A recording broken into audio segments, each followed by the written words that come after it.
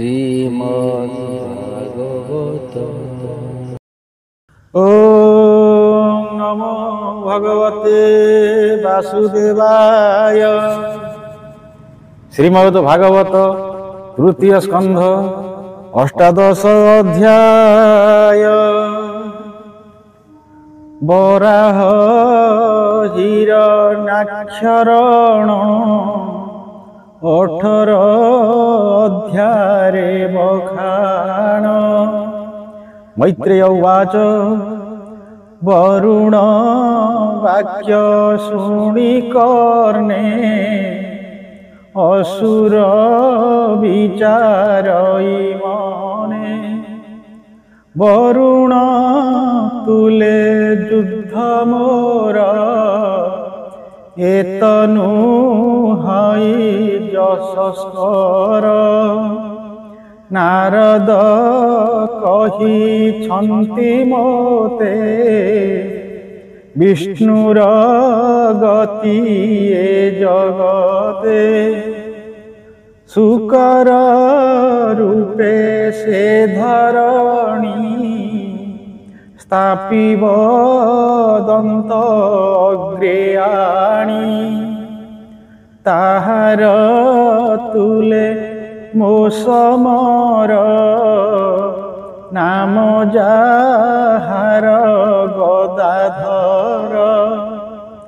मो भुज कंडू से हरिव देवंकु संकटु तारिव। एमंत मने विचारिला तक्षणे पाताले पशिला। पाताल लोकंकु मेदिनी पूर्वे देइछि पद्मजोनि। जेबे मेदिनी न छाड़िबु मो मुखु भले न वर्तिबु। सुरधम तू बोलाऊ जेणु शुकर रूप बहु। मोर रिपुंक शुभ चिंती तू बहु शुकर आकृति।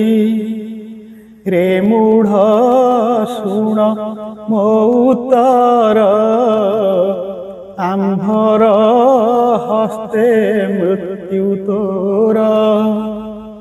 माया रे मारु तू असुर कपट धर्म ए तोहर।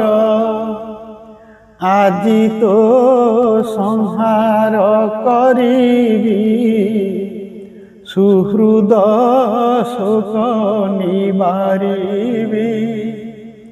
तोर मोहर गदा युद्धे त्रिदशे देखंतु आनंदे।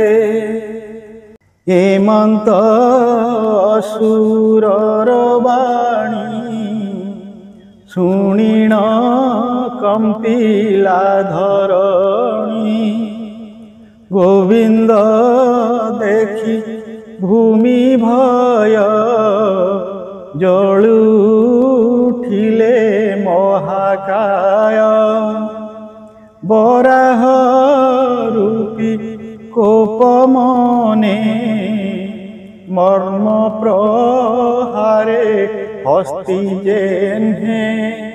बोले वराह मुख चाही तोर बदने लज्जा नाही। देवंक ईश्वर बोलाऊ शुकर रूपे तू पलाऊ। एमंत असुर बचने कोप बढ़िला विष्णु मने। ଧରଣୀ ସମୁଦ୍ରର କୋଳେ ଦନ୍ତୁ ଥୋଇଲେ ବିଷ୍ଣୁ ତଳେ ନିଜ ମୂରତି ଗଦାଧର କିୟ ବା ଦେବା ପଟାନ୍ତର ବ୍ରହ୍ମାଦି ଦେବ ଗଣେ ମିଳି ସ୍ତୁତି କରନ୍ତି ଭୁଜ ତୋଳି ଅସୁର ଦେବ ସ୍ତୁତି ଶୁଣି କୋପେ କମ୍ପଇ ଶିର ଝୁଣି ତାହାର ହସ୍ତେ ଗଦା ସାଜେ କାଞ୍ଚନ କବଚ ବିରାଜେ ଶୁଣି ଅସୁର ଦୁର୍ବଚନ କୋପେ କମ୍ପିଲେ ଭଗବାନ। ଶ୍ରୀ ଭଗବାନ ଉବାଚ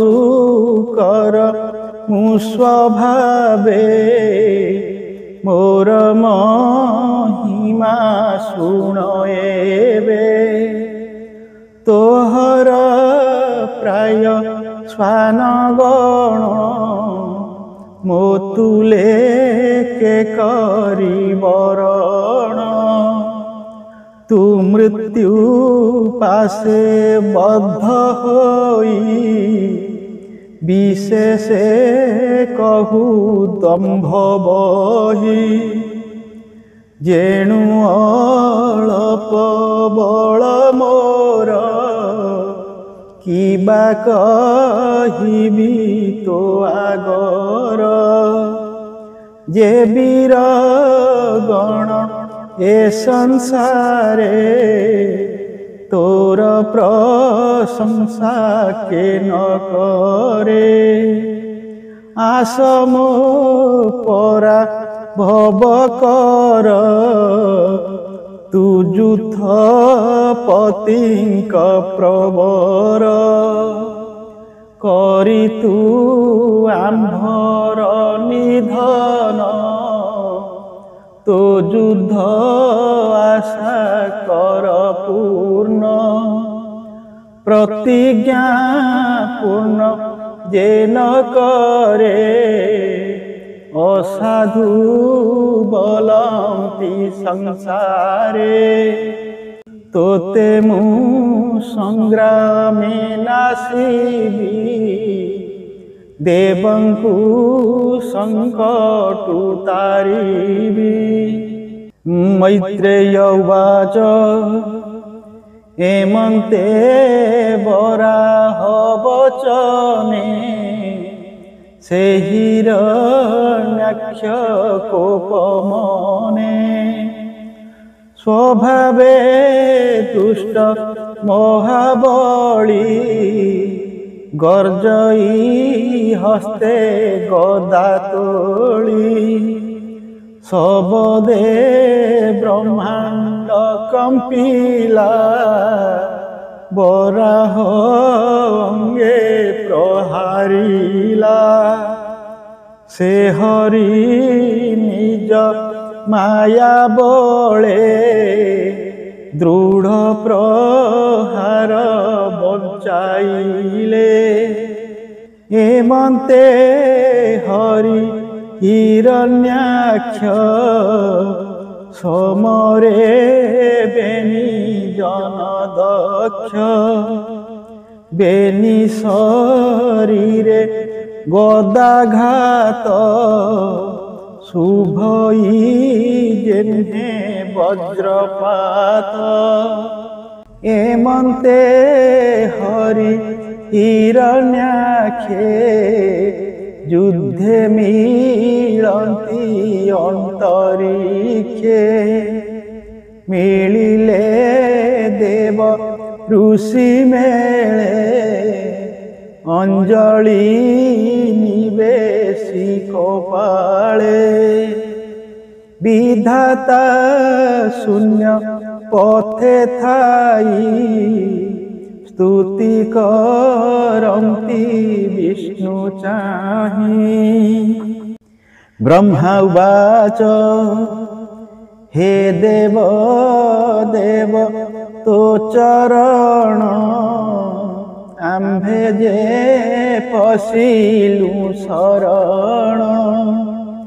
ଗୁରୁ ବ୍ରାହ୍ମଣ ଦେବଙ୍କର ଅନିଷ୍ଟ କରଇ ଅସୁର।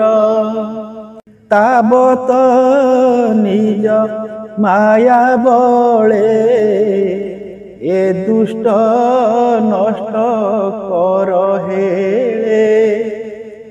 ଆମ୍ଭଙ୍କୁ ସଙ୍କଟୁ ଧର ଏହାର ପ୍ରାଣ ବେଗେ ହର।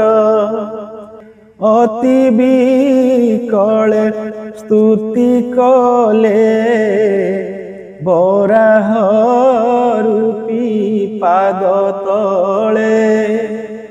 ସେ ଯଜ୍ଞ ବରାହ ଚରଣେ ସୁଜନେ ଚିନ୍ତ ଅନୁକ୍ଷଣେ। ତୃତୀୟ ସ୍କନ୍ଧେ ହରିବାଣୀ ସନ୍ତୋଷ ଶ୍ରୁତି ପଥେ ଶୁଣି। ହରିଚରଣେ